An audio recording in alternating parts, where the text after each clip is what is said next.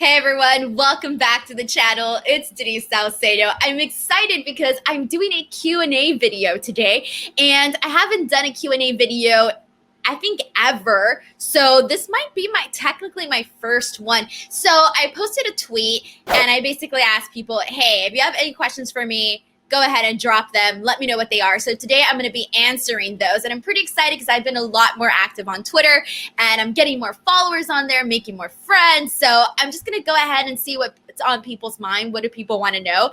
And I'm just going to answer the questions. I won't get through all of them though, because if not, this video would take forever. So I just kind of selected some of the very, very best questions. So let's go ahead and get started. Let's see what our first question is. This one is from Fred23. He says, I'll keep it one of your favorites and see what you can come up with. If you could choose anyone for Taylor Swift to feature on one of her songs, who would it normally do a song with her? Who would it be? So essentially, Fred wants to know who I think Taylor Swift should duet with.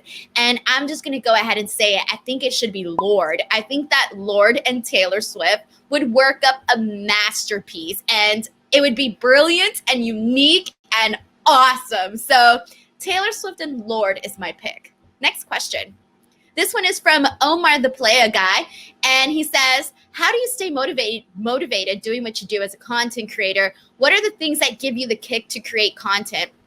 So I think what keeps me motivated is that I just really want to grow this channel and I have a vision for what I think it could be. And so whenever I'm not working on this channel or working on something, I don't feel satisfied. I feel guilty, like I'm not doing anything with my life. So I like to always be busy. I like to be working. And the only way that I find pleasure and satisfaction in my daily life is through work. So I try to stay motivated in that sense. Putting out a video motivates me. Seeing views, seeing comments, seeing growth motivates me. So that's sort of how I stay motivated.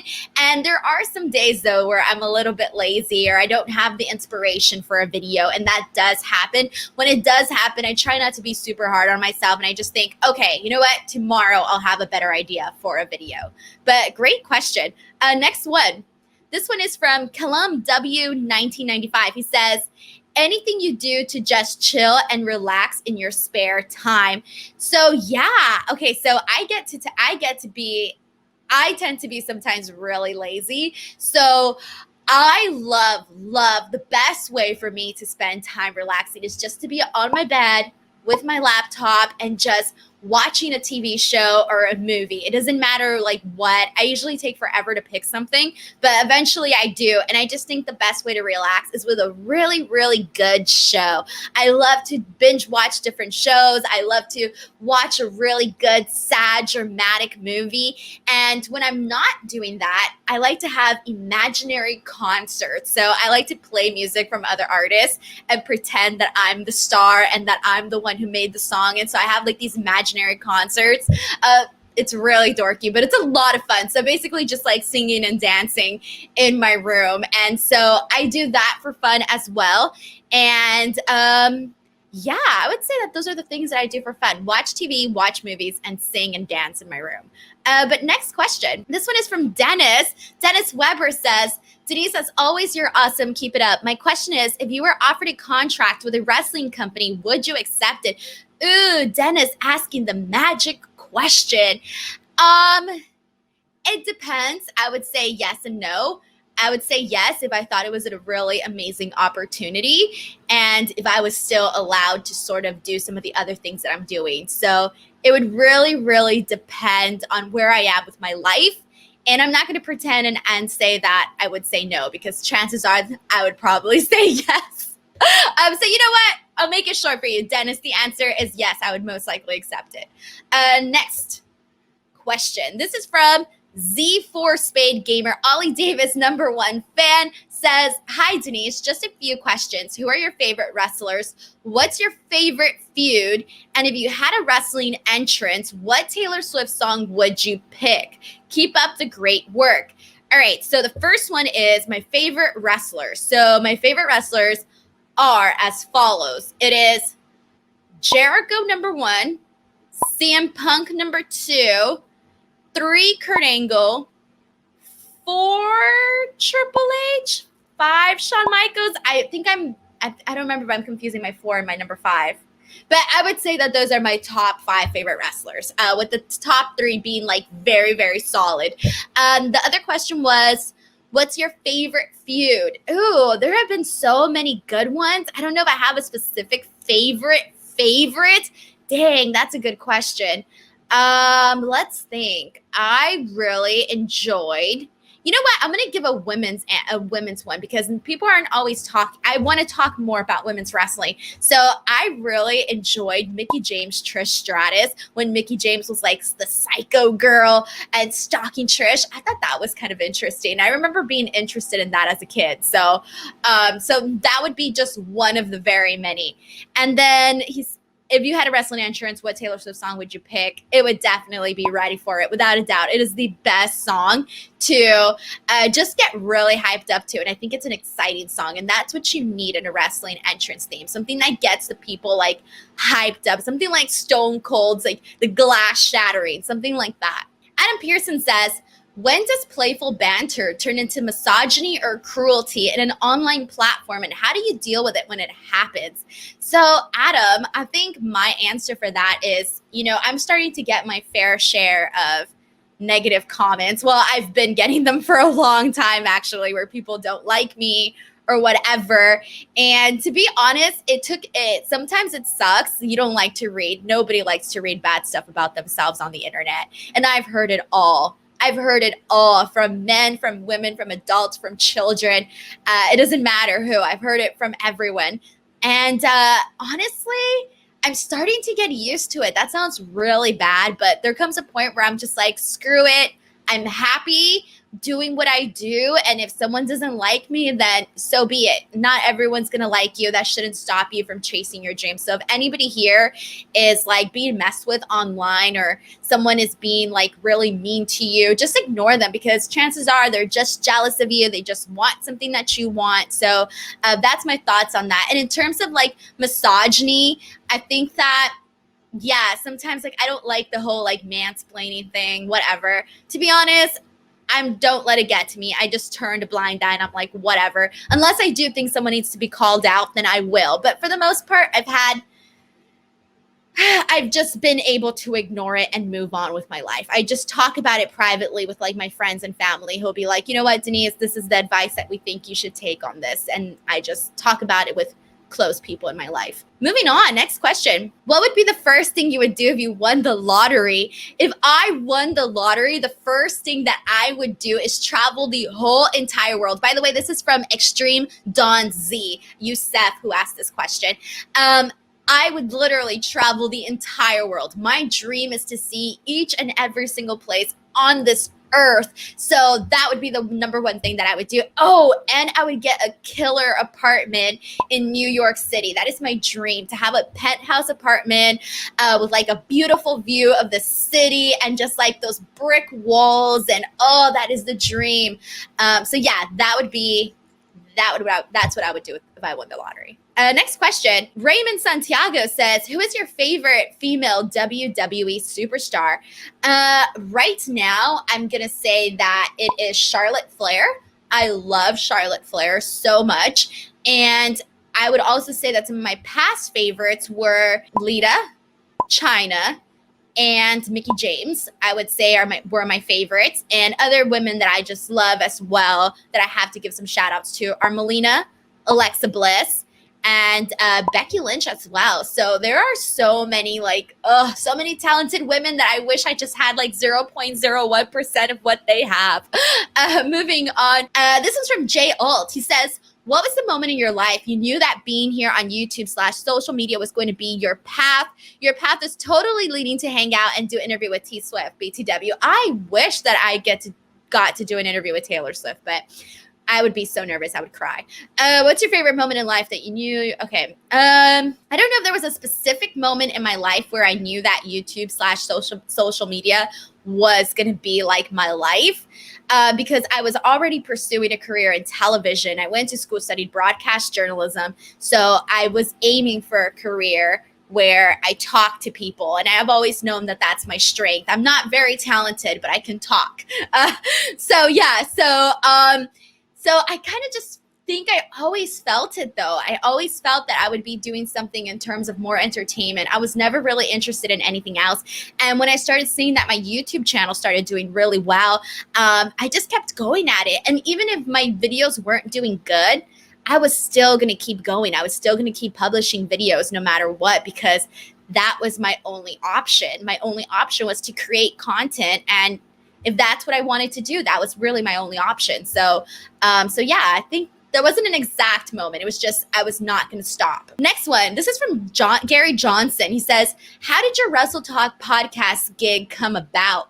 So I recall seeing something on social media where I think Luke was looking. Yes, had posted a tweet saying that he was looking for guests to do the podcast, the Wrestle Talk podcast. And I kind of just like went on and I checked to see like what this was all about. And I reached out to Luke and I said, hey, like, if you ever need anybody, like, this is who I am, this is what I do, this is the experience I've had.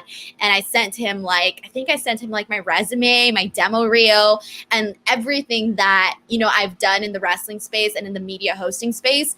And I sent it to him and I was like, hey, if you need anyone, just let me know. And then he was so freaking wonderful and was like, yes, like, I'm familiar with your work, let's bring you on. And it was just like one day, like, are you available to do this?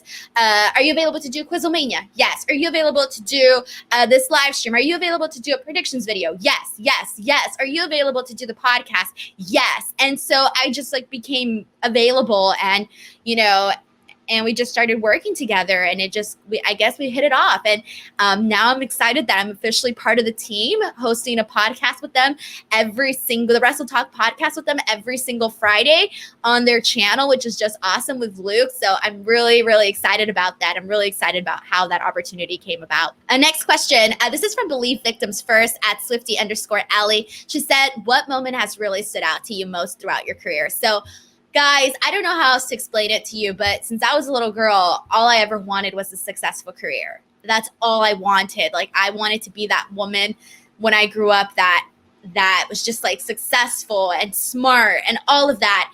And so I strive to have a lot of like proud career moments. And I would say that some of them are getting to ring announce in front of like 1,000 people in Nashville when I was working for Our Lucha. I thought that was just amazing. The other one was when I did the Fox blue carpet for WWE when SmackDown debuted on Fox, and it was the 20th anniversary of SmackDown. I was so proud of myself that day because I did 27 interviews, and all my interviews got thousands and thousands of views, one even a million.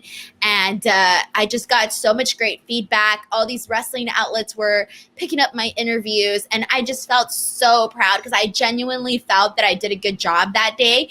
And I got so much great feedback from other people in the industry, and I just felt so happy. And it's hard for me to feel that proud of what I do, but that day was like epic. And then also, you know, getting to appear on WWE Watch Along was amazing as well.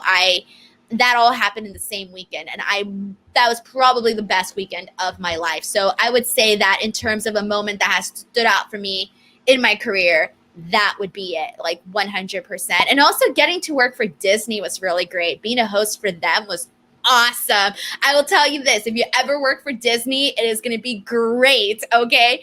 Great, like money-wise and just like fun. And I felt really, really legit when I was able to say I worked for Disney. And so because of that, that was another really good career moment for sure. And I'm trying to think, there's so many others that I just like hold very dear to my heart.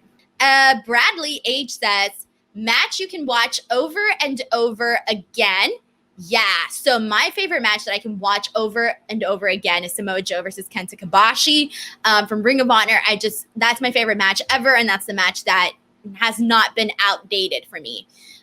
Favorite wrestler you've met? Ooh, that is such a good one. Okay, so favorite wrestler that I've met, and I've met so many, but I'm gonna go with, oh God, okay, so I'm going to go with Stone Cold Steve Austin. And that one was flipping awesome. It was during the X-Pac 1 to 360 podcast. And he was our guest for that day. And I just remember being so nervous and so intimidated to meet Austin. And when we met, he gave me like this really great handshake. And then afterwards, we started talking about our cars. So we kind of hit it off like that. And it was just felt so cool. I felt like I was friends with Stone Cold Steve Austin. Like, come on. And so that was amazing. I thought Goldberg was really cool because he was so awesome. It was at the blue Fox blue carpet, and they told him like, oh, your interview is like next up right over here. And Goldberg just goes, hey, Denise. And I felt so awesome when he said my name, and he was like so pumped to do this interview with me, and that was awesome. Getting to meet Rey Mysterio was incredible too. Okay, Rey. Okay, did I say Sting already? I don't think I said Sting. Meeting Sting was awesome. Meeting AJ Styles was awesome. Meeting Kurt Angle via online was awesome. Drew McIntyre was really great as well. That one was in person too, so that one was really cool. Oh my God, there's been so many, and I'm sure I'm forgetting like so many more right now, but I've just been able to meet so many people, and it's like, I can't believe it. Let's see. 3 dream AEW versus NXT matches. Who inspired you to do what you do now? Well, I would say, I feel like there'd be so many like Kenny Omega ones. I would like to see like Kenny work with Adam Cole. That would be good. Let me think for a second. I would like to see Hangman Page also work with a few people on NXT.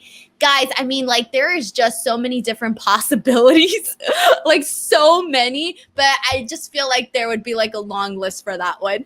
Who inspired you to do what you do now? Okay. So who inspired you to do what you do? Okay. So I originally wanted to be an actress. I know, right? So I originally wanted to be an actress, but then I realized I kind of sucked, so that wasn't going to work. My acting skills weren't that great, so I decided to pursue a career in television, and I decided to do so to become a host because I was really, really down about acting and theater and all of that. I just wasn't having a good time. I was in college. I didn't like the theater program whatsoever. I was completely over it. I was over the teachers. I was over the students. I was over everything. I was very, very unhappy. And so one day I went to the school library and I went to the basement because I was going to go use like the secluded computer lab. And so I go down there and I saw that they had the news station down there. So they had like this studio and they had lights, and I just saw the whole setup, and I got to see the class that was practicing for that. And I saw the girl on the desk. She was reading the news, and I thought, oh my God, that is what I want to do. I want to be that girl. That's me. That's what I want to do. And so right away I went to my counselor and I said, hey, switch me. I don't want to do theater anymore. I want to do communications. I want to do broadcast journalism. That's what I want to do. And then, oddly enough, I was doing so bad in my theater classes, guys. Like, I wasn't doing good. And all of a sudden, I go into the communications department, and I'm doing just like so much better. I'm acing everything. I'm like one of the top students in all my classes. And so I just really found that place where I needed to be, and that's how I knew that I would do. That's how I knew that I would be doing something in terms of like hosting and anchoring and all of that. And then what inspires me is just to keep going. I have this dream. I have this vision of who I want to be, and I'm not there yet. So I just want to eventually get there. And next question. This one's from Sean Perry. Says, favorite Taylor Swift album song? And then good performance on Quizlemania last night. Thank you. Sean, so my favorite Taylor Swift album is Reputation. I love Reputation. And my favorite Taylor Swift song is Daylight. Daylight just made my life so much better. And it came at a moment when I really needed it. So there you go. That was Sean's question. Next one. This one's from Kevin Victor. He says, when was the moment you fell in love with wrestling? Love your work. Kevin, oh my gosh. That's a hard question, but maybe not that hard. Like, I don't have a specific moment, but I remember when my uncle would take me to shows, and I just remember getting to the arena and I'm in my wrestling shirt. My uncle buys me my nachos and I'm sitting there and I'm looking around at this grand stage and it's just everything looks so cool. And I just remember the feeling that I would get being at the shows. I would get so hyped at the entrance, like, oh my God, all the fireworks, and then the music would hit. And I just like, I love the electricity of it all. And so I think that is the thing that really, going to the live events is what really, really made me like fall in love with wrestling, because I really love the experience of attending a show. So yeah, thank you so much, Kevin, for that question. Next, we have Tryline. Says, just started my own podcast. Any tips or advice? So Tryline, I have so many tips for you, but some basic ones would be talk about things that you love. If you're not talking about things you love, people are going to see right through that. So make sure you're talking about something that you love. Make sure that you bring energy and presence to your podcast. People like that. People don't want to just see a talking face like, oh, boring, talking like this. That's just not going to work. People want to see people that are, alive, with their batteries on. So I would say that. And also just like be yourself. Don't try to be a gimmick. Don't try to be somebody that you're not. People see right through that. People don't like that. So just really, truly be yourself and just be the best version of yourself and talk about what you love. No-Eyed Deer Original says, what particular piece of content did you make which gave you that moment where you felt like you first found your groove? So on YouTube, my first videos that started doing great were my Taylor Swift videos. And I remember doing a video on Taylor's cutest moments. I think it was at the iHeartRadio Awards, or I forgot what award show, but I did that video. And I woke up the next morning and my fiance was like, Denise, have you seen your YouTube channel yet? And I was like, no. He's like, that video that you did, it's got thousands of views. And I was like, what? So I go on and I see this and I'm like, oh man, it did really well. And so I started posting more videos, and next thing you knew, they were all doing well. And so once I saw that, I was like, wait, there's actually a shot here. People are responding to what I'm presenting on here. And that's when I realized that key thing that I just said, talk about things that you love, really resonates with people, because I love Taylor Swift and I love her music. And so I brought this perspective and other fans began to see that and connect with that. And so that's how that sort of thing just started. So I would say that was the first piece of content on my YouTube channel that I saw really just made me realize that I was going on a right path. Next question. This one's from Felipe Montero. It says, did you apply at the open position at Fightful Wrestle, or did Sean Ross Sapp, aka Dong Lord, contact you for the post Raw show reviews? Have you considered doing any other participations for Fightful? So first of all, I just got to say that Fightful is absolutely incredible. Sean Ross Sapp has been like amazing and has given me some really, really amazing opportunities. And is literally like the nicest person too. So, so Sean, we didn't really know each other. I don't even think we were following each other, but he posted a tweet saying that he was looking for a Raw co-host. And somebody on Twitter tagged me in it and said, oh, I think Denise, you should look at this, or you should look at Denise, or something like that, right? And so I clicked on his post and I read it and I was like, you know what? I think I would be good at this. So I messaged Sean and I sent him my resume. I told him, hey, I work on X-Pac 12360. This is the experience that I have. Here's my demo reel as well. And so I basically sent him all that stuff. And then, he did whatever he needed to do to make that decision, came back to me and basically said yes and gave me a shot. And that's how I got on the Raw podcast. I just put myself out there. I presented myself in a good light and I showed my work, and, Sean agreed. So it ended up working out like that. And so that's how I got my Raw co-host job on Fightful. And then, have you considered doing other participations for Fightful? So yeah, I did a few interviews for them for Impact when it was pre-COVID. So yeah, those were some of the other things that I also did for Fightful. But yeah, I'm more than willing to do whatever they want me to do. Moving on, next question. This one is from the Underperformer. He says, you might have dealt with your fair share of hate. Why would anyone hate you is beyond me, but the world is cruel. So how do you not get triggered and keep going, Denise? Oh, trust me, it's so hard. It's so hard because people, no matter what you do, no matter what you say, people will criticize you. And we're living in a day and age right now where if your opinion doesn't fall in line or your taste in anything doesn't fall in line exactly with somebody, people will automatically dislike you for that. And you can't have the same opinion as millions and millions of other people. It's just not going to happen. We're all going to be different. And so you just have to realize that sometimes people are struggling with certain things. So sometimes they might hate you, but they don't even really know why they hate you. They might either just hate you because you're a woman. They might just hate you because you're a minority. They might just hate you because you have this LA voice and you talk like an LA Valley girl.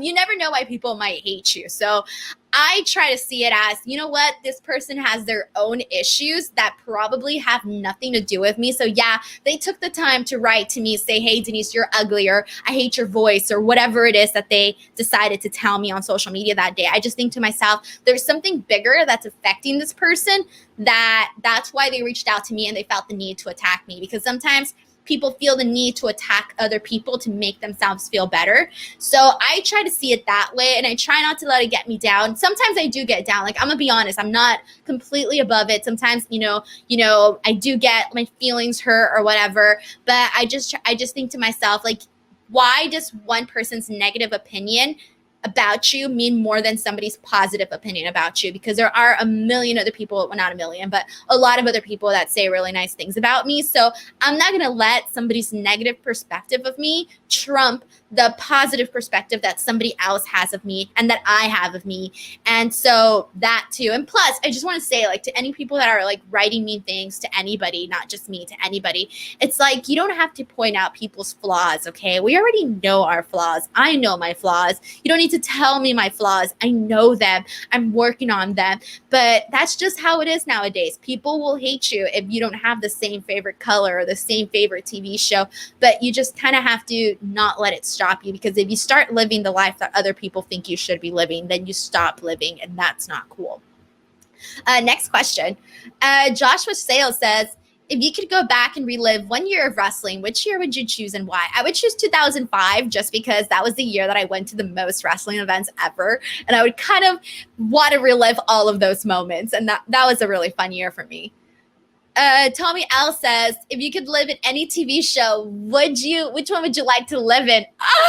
Oh my God, that is such a great question. I am going to go with Sex and the City. So I love Sex and the City, and I want to be Carrie Bradshaw. I want to have a group of girlfriends, and we're all so fashionable, and we're all just living in the biggest city in the world, and we're all just like living our awesome lives. And so because of that, I would want to be on Sex and the City for sure.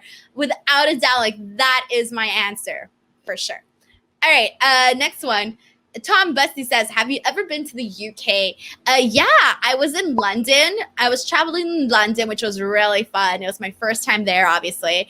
And that was a really cool experience, like really, really cool. I got to explore the city all by myself. I loved it. I really, really did. And then I did Northern Ireland as well. I think I went to Belfast. Yeah, Belfast. And that was a lot of fun too. I love Ireland and Northern Ireland. I can't talk anymore, guys. So I thought it was really cool. I would love to go back to the UK. Last question, guys. Noah says, is at Sean Ross Sapp deep down a softie? Ooh, you're putting me on the spot here, Noah. I don't know if Sean would really want people to know what he's really like. No, honestly, Sean is really, really nice. Like, really, really nice. Like, I can't stress that enough, but he's nice to me. Okay. He's nice to me. So because of that, like, I'm so thankful. And he says nice things about me and is always very supportive of what I do. I couldn't ask for a better co-host. Honestly, I could not ask for a better co-host. So I don't know if that answers your question, but there you go. All right, guys. So there you go. That is my Q&A from Twitter follower questions asked. So Okay, that makes no sense. But basically, those are questions from my Twitter followers. There you go. That's what I wanted to say. Oh, I can't talk. And I'm pursuing a career in hosting and I can't talk. That's really embarrassing. All right, guys. I hope you enjoyed my Q&A video. If you guys would like to ask any other questions for a second Q&A video, feel free to drop them in the YouTube comment section below, and I will name the following video questions from my YouTube audience. So there you go. Feel free to follow me on Twitter or on Instagram @_ Denise Salcedo. If we had anything in common whatsoever, go ahead and let me know in the comment section below. Other than that, give this video a like. It really, really helps me out. And then subscribe to the channel. Until next time, I'll see you guys later. Bye, everyone.